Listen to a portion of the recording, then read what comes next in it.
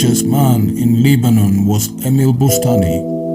He built a grave for himself in a beautiful area on the coast of Beirut. He wanted to be buried in this grave after his death. He had a luxury yacht. While on a cruise one day, the yacht exploded and sank with him into the sea. The yacht was found, but without his remains. In effect, he couldn't be buried in the exquisite tomb he built for himself. One of Britain's wealthiest men was a Jew named Rod Tischler. He was so rich that sometimes the government borrowed from him. He had a vault the size of a room in his magnificent mansion where he kept his wealth.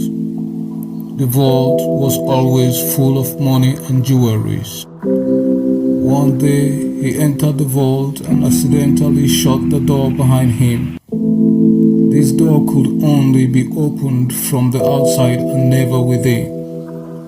He started shouting out loudly, but no one could hear his voice because the vault was 100% soundproof. He used to be someone who will be absent from home for weeks without notifying anyone, not even his family members. In effect, no one bothered to search for him when he was missing. They thought he must have traveled as usual. But he was locked in the vault. He kept on screaming until he became very hungry and thirsty.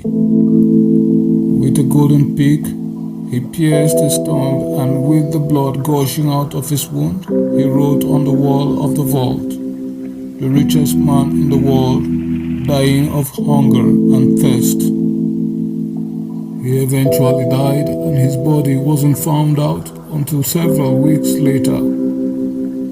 Never forget that this world is a big accident and no one knows when, how, and where.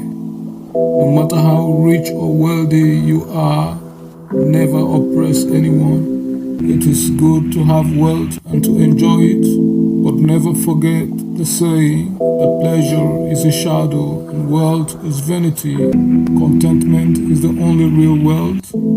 He who loses wealth loses much.